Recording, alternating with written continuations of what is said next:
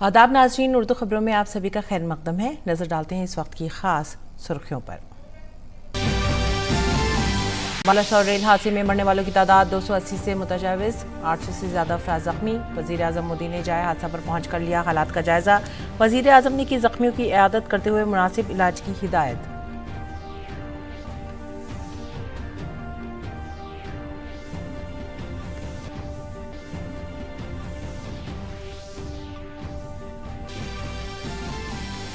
Rail हादसे की वजह से रूट पर ठप पड़ी रेल खिदमत की बहाली के लिए जंगी सतह पर काम जारी। महलूकीन और जख्मी मुसाफिरों के लवाहिकीन को खुसूसी ट्रेन के जरिए पहुंचाया जा रहा है उनके घरों तक।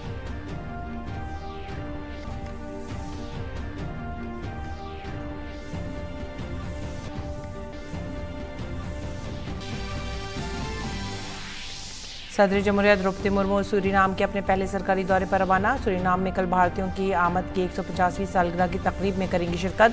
दौरे के दूसरे मरहले में 7 से 9 जून तक सर्बिया का करेंगी दौरा।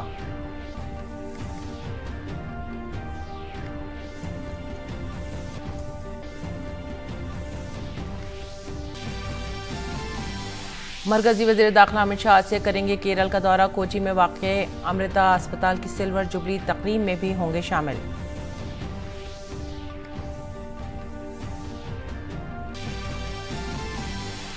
अमरीकी वज़ीर दिफा लॉयड ऑस्टिन आज से 2 रोज़ा भारत के दौरे पर। यह अमरीकी वज़ीर दिफा का दूसरा भारत दौरा होगा। वज़ीर दिफा राजनाथ सिंह के साथ कल नई दिल्ली में 2 तरफ़ा उमूर पर करेंगे बातचीत।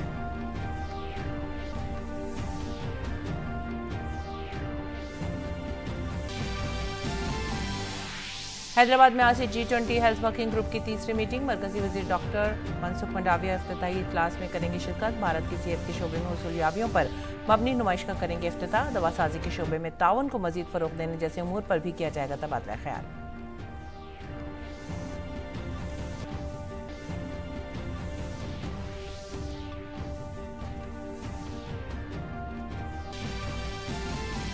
खेलों में FA कप के फाइनल मुकाबले में इंग्लिश क्लब मैनचेस्टर सिटी ने सेशन का अपना दूसरा खिताब जीता। फाइनल मुकाबले में यूनाइटेड को 2-1 से दी शिकस्त। गनुगन ने पहले ही मिनट में सबसे तेज गोल करते हुए रकम की तारीख।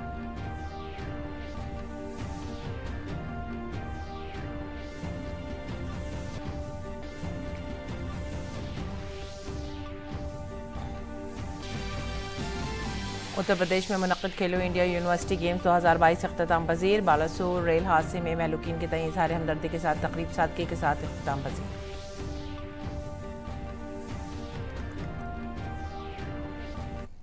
सुर्खियों के बाद नजर डालते हैं इस वक्त की खबरों की तफसीलात पर।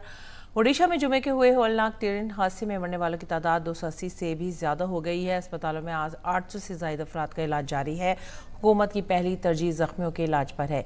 इसी दौरान वज़ीर आज़म मोदी ने भी कल वहां पर पहुंचकर हालात का जायजा लिया है और जख्मियों से अस्पताल में मिले। उन्होंने जाए हादसा पर जारी इमदादी कामों का भी मुआयना किया। वज़ीर आज़म ने हादसे की हर सतह की मालूमात हासिल की। NDRF के जवानों से भी बातचीत की। डिजास्टर मैनेजमेंट में मसरूफ अमला और मकामी अहदेदारों और रेलवे से वाबस्ता लोगों से तफसीली मालूमात ली। वज़ीर आज़म ने हादसे में जाने गंवाने वाले अफराद के तय ताज़ियत का इजहार किया। उनका कहना था कि उनके पास अल्फाज नहीं है कि वो इस गम का इजहार कैसे करें। इस दौरान वज़ीर आज़म मोदी ने ओडिशा में ट्रेन हादसे पर आलमी रहनुमाओं के ताज़ियाती पैगामात पर कहा कि कई आलमी रहनुमाओं का इजहार हमदर्दी हमें इस मुश्किल घड़ी से निकलने में हौसला देगा। उन्होंने कहा कि उनके अल्फाज से सोगवार खानदानों को ये सदमा बर्दाश्त करने की ताकत मिलेगी। अमरीकी सदर जो बाइडन ने ओडिशा के बालासोर में हुए ट्रेन हादसे पर इजहार अफसोस किया है। उन्होंने इस हादसे में जान गंवाने वालों की तय ताज़ियत का इजहार किया।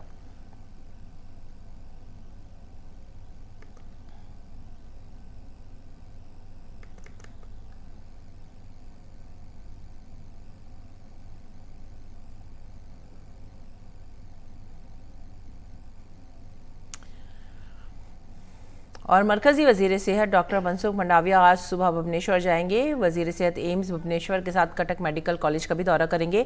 मरकजी वजीर सेहत ट्रेन हादसे में जख्मी होने वाले अफराद के मुनासिब इलाज को यकीनी बनाने का भी जायजा लेंगे। नेज़ दिल्ली एम्स समेत मुख्तलिफ अस्पतालों के डॉक्टरों की 16 रुकनी टीम भी ओडिशा का दौरा करेगी। इतला के मुताबिक अभी तक 160 मरने वालों की शिनाख्त नहीं हो सकी है। 160 लोगों में से 100 को एम्स भुवनेश्वर में रखा जाएगा ताकि जब तक कि उनके रिश्तेदार उनकी शिनाख्त न कर लें तब तक उन्हें महफूज रखा जा सके।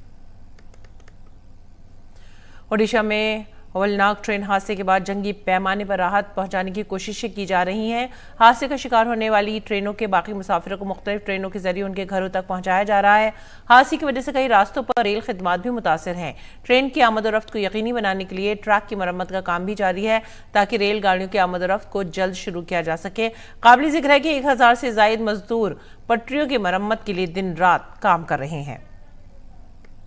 देखिए, अभी यहाँ पे 7 पोकलिन काम कर रही है। करीब 1000 के आसपास लेबर्स हैं जो काम कर रहे हैं और इसके अलावा रोड क्रेन्स भी आ रही है जो 50 टन, 400 टन और 160 टन की क्रेन्स भी अवेलेबल है। वो भी साइड पे काम कर रही है और करने वाली और क्रेन्स आ रही है। तो ये अभी रेस्टोरेशन का काम चालू है। नाइट में लाइटिंग का प्रॉपर अरेंजमेंट किया हुआ है, ज्यादा कोई डिफिकल्टीज नहीं है। दो ART की पूरी इक्विपमेंट्स लगी हुई है और भी दूसरे ART का भी इक्विपमेंट यहाँ पे लाके इंस्टॉल किया हुआ है, वो काम चल रहा है। प्राइमरी इंक्वायरी जो होती है वो बहुत ही रफ इंक्वायरी होती है। जो डिटेल इंक्वायरी होती है वो CRS देते हैं, जो कि सारे एस्पेक्ट्स को काफी डिटेल में स्टडी करते हैं। सारा पैरामीटर्स को करेक्ट एनालिसिस, सारे पैरामीटर्स को रीड करते हैं, मतलब सारा डिटेल CRS ही दे पाते हैं। जो इनिशियल जो होता है वो बहुत ही रफ एस्टिमेट होता है जो कि सुपरवाइजर लेवल करते हैं, उसमें सिग्नल का है, लेकिन वो चेंज हो सकता है, दैट इज नॉट फाइनल। और information publications railway board Delhi के एग्जीक्यूटिव डायरेक्टर अमिताभ शर्मा ने भारतीय रेलवे की हिफाजती निज़ाम कोच के बारे में बात करते हुए कहा कि एंटी कोलिशन इक्विपमेंट एक पुरानी टेक्नोलॉजी है, जबकि कोच उसकी एक इंतहाई जदीद शक्ल है जिसे 2014 और 2015 के बाद मुल्की सतह पर तैयार किया गया है। उन्होंने ये भी बताया कि साउथ सेंट्रल रेलवे इस हिफाजती निज़ाम को बड़े पैमाने पर इस्तेमाल कर रहा है। एंटी कोलिजन डिवाइस जो है ये बहुत ही पुरानी टेक्नोलॉजी है। इसका उन्नत स्वरूप हम लोगों ने टिकास जो कि है, जो कि जिसको आप कवच के नाम से भी जानते हैं, ये हम लोगों ने 2014-15 में इसका इंडिजिनियसली डिज़ाइन किया। इसका प्रूफ ऑफ कंसेप्ट जो है साउथ सेंट्रल रेलवे में हमने लगाया, ट्रायल किया, एक्सटेंसिव ट्रायल्स हुए। जब इसमें खरा उतरा तो फिर इसको पूरा नेशनल वाइड इसका रोल आउट किया गया। इसका हम लोगों ने फिर जो व्यस्ततम मार्ग हैं हमारे दिल्ली हावड़ा, दिल्ली मुंबई, इस पे इसको सैंक्शन किया गया और वहाँ पे काम चल भी रहा है, जोरों से चल रहा है। पूरी उम्मीद है कि ये 2024 तक हम लोग इसको लगा लेंगे। कवच के बारे में बात कर रहे थे अमिताभ शर्मा। और ओडिशा के बालासोर में हुए ट्रेन हादसे के बाद कई हेल्पलाइन नंबर भी जारी किए गए हैं। ये number Howrah helpline number 03326382217, Kharagpur helpline number 9332392339 और 8972073925, बालासुर हेल्पलाइन नंबर 7978418322 और 8249591559, Shalimar helpline number 9903370746, emergency control room का नंबर 22143526 22535185 और इसकी एक्सटेंशन है 033। सदर जमहूरिया द्रौपदी मुर्मू गुज़िश्ता रोज़ सूरीनाम के अपने पहले सरकारी दौरे पर रवाना हो गई हैं। सदर जमहूरिया आज से 9 तारीख तक सूरीनाम और सर्बिया के सरकारी दौरे पर रहेंगी। अपने दौरे के पहले मरहले के दौरान सदर जमहूरिया सूरीनाम के सदर चंद्रिका प्रसाद संतोखी की दावत पर आज से 6 जून तक सूरीनाम का दौरा करेंगी। ये दौरा तारीखी अहमियत का हामिल है क्योंकि सदर जमहूरिया द्रौपदी मुर्मू 5 जून को सूरीनाम में भारतीयों की वहाँ आमद की 150वीं सालगिरह की तकरीबात में मेहमान खुसूसी होंगी। भारत और सूरीनाम के दरमियान दोस्ताना ताल्लुकात हैं और सूरीनाम में भारतीय बाशिंदे दोनों ममालिक के दरमियान एक पुल का काम करते हैं। ये दौरा न सिर्फ दोनों ममालिक के दरमियान खैर सगाली का अक्कास है बल्कि आलमी सतह पर भारत के बढ़ते हुए कद की भी अक्कासी करता है। अपने दौरे के दूसरे मरहले में सदर जमहूरिया मुर्मू 7 से 9 जून तक सर्बिया के सदर अलेक्जेंडर वुचिक की दावत पर सर्बिया का दौरा करेंगी। दोनों ममालिक के दरमियान ये पहला सरकारी दौरा होगा। सदर जमहूरिया मुर्मू के दौरे का मकसद दोनों मुल्कों की कारोबारी बिरादरियों को तिजारती मौक़े के इम्कानात तलाश करने पर खुसूसी तवज्जो मरकूज करेगा। और आगे बढ़ेंगे अगली खबर की तरफ। मरकजी वज़ीर दाखिला अमित शाह आज केरल के दौरे पर रहेंगे। अमित शाह कोची में कायम अमृता अस्पताल की सिल्वर जुबली तकरीबात में भी शिरकत करेंगे। यह अस्पताल जदीद सहूलियात से आरास्ता है। काबिल जिक्र है कि माता अमृतानंदमयी देवी ने 1998 में कोची में इस अस्पताल का संगे बुनियाद रखा था। Hyderabad G20 health working group के तीसरे इजलास की मेजबानी के लिए तैयार है, जो city of pearl, hitech city और चार मीनार के लिए दुनिया भर में मशहूर है। मरकजी वजीर सेहत डॉक्टर मनसुख मंडाविया आज मीटिंग के इफ्तिताही इजलास में शिरकत करेंगे, जहां वो भारत की सेहत के शोबे की कामयाबी पर मबनी एक नुमाइश का इफ्तिताह भी करेंगे।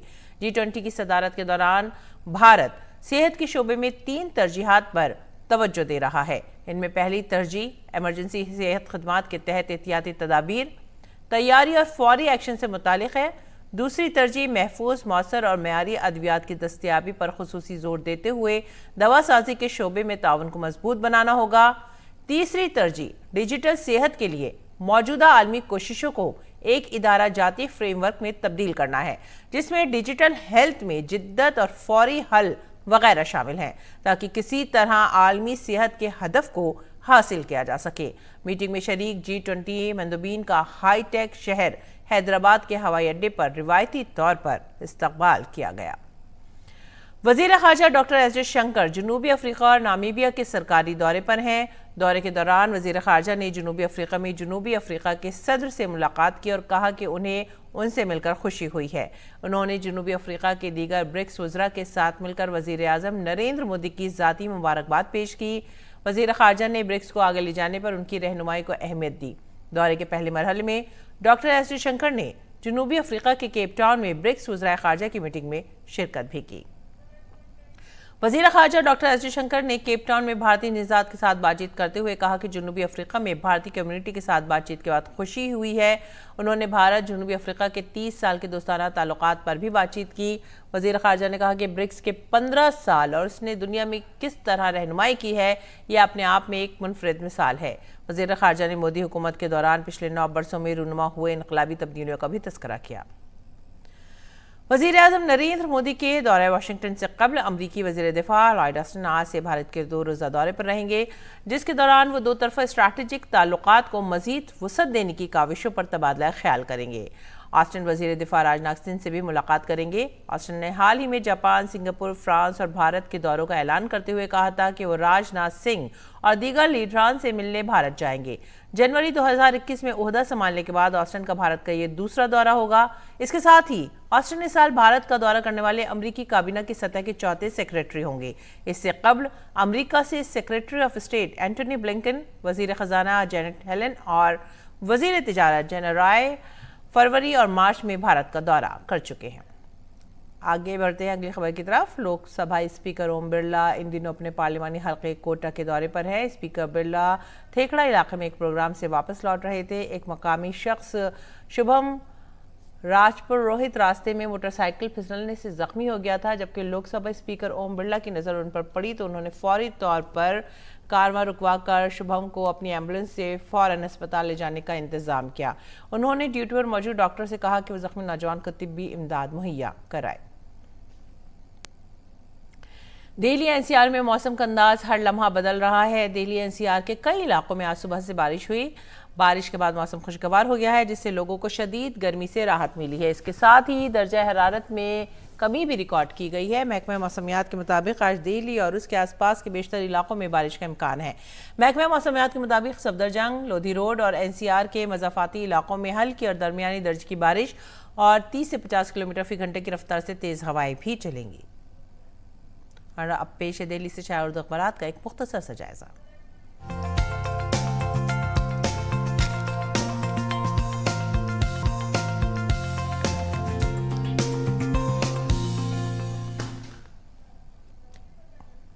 और नाज़रीन, उर्दू अखबारात के जायज़े में जो सबसे पहली खबर हम ले रहे हैं वो है रोज़नामा सहारा से, और ये वज़ीर आज़म के दौरा ओडिशा से मुतालिक है। वज़ीर आज़म ने जायज़ा का दौरा किया, जायज़ा लिया, पूरी सरकारी मशीनरी को जामे अंदाज में अपनाने पर जोर दिया और ये यकीनी बनाया कि जो ज़ख्मी हैं उनका इलाज पूरी तरह से सही अंदाज में हो सके। आगे बढ़ेंगे अगली खबर की तरफ। मणिपुर में फिर से तशद्दुद और 15 अफराद के ज़ख्मी होने की खबर।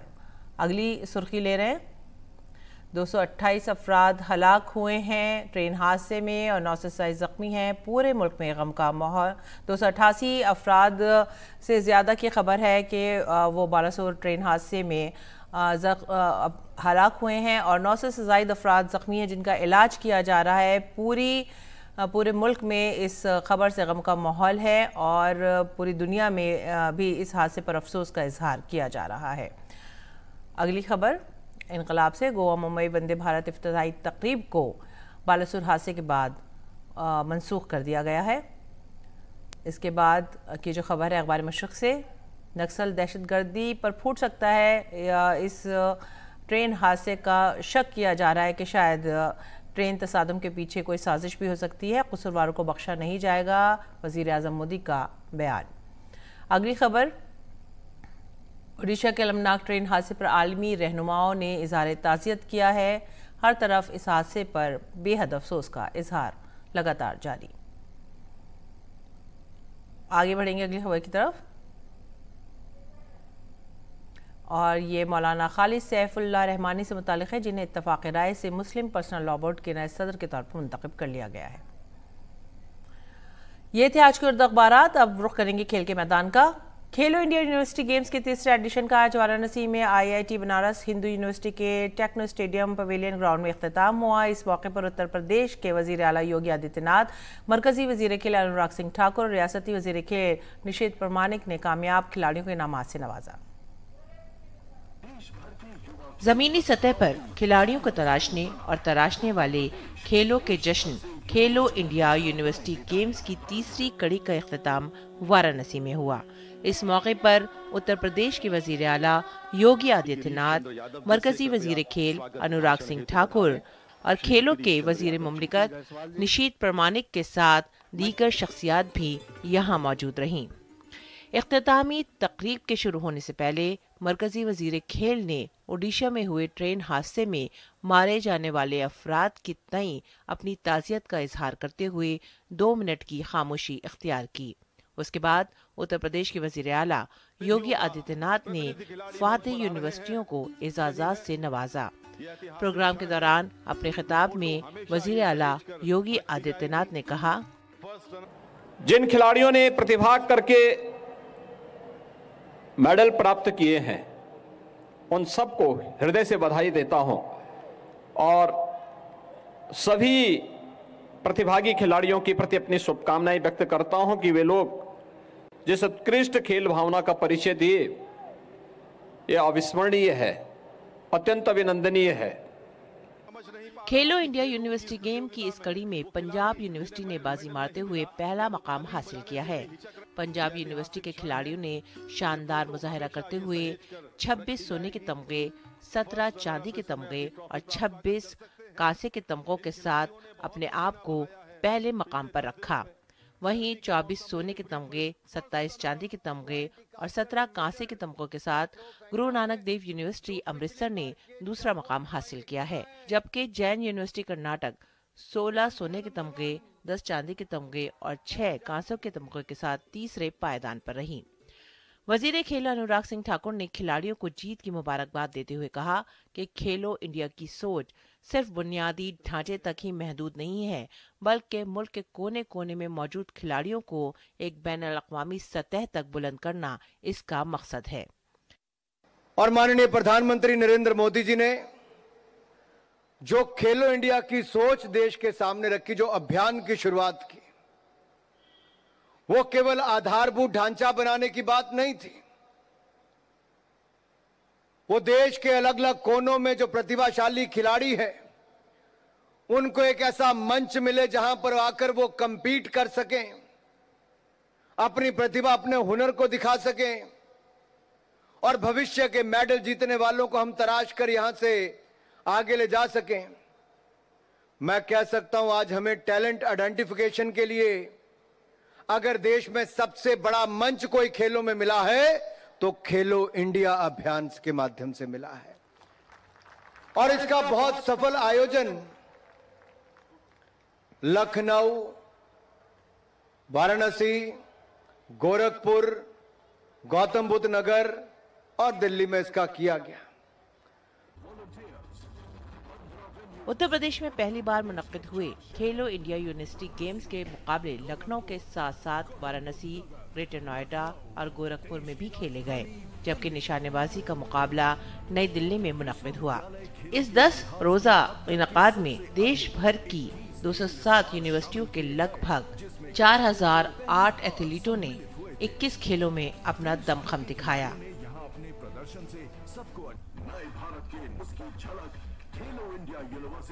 वाराणसी से ये रिपोर्ट थी ब्यूरो इनपुट्स के साथ रिकेश बहादुर की। और अब बढ़ेंगे अगली खबर की तरफ। इंग्लिश क्लब मैनचेस्टर सिटी ने FA कप के फाइनल मैच में मैनचेस्टर यूनाइटेड को शिकस्त देकर रवा सीजन का दूसरा खिताब अपने नाम कर लिया है। कल खेले गए फाइनल में मैनचेस्टर सिटी ने यूनाइटेड को 2-1 से शिकस्त दी। सिटी की जानिब से गंजगन ने दोनों गोल कर दिए, जबकि मैनचेस्टर यूनाइटेड की जानिब से ब्रूनो ने पेनल्टी पर गोल किया। गंजगन ने पहले ही मिनट में गोल करते हुए तारीख रकम की। काबिल जिक्र है कि FA कप फाइनल की तारीख का तेज तरीन गोल था ये। राइब जानते हैं मौसम का हाल।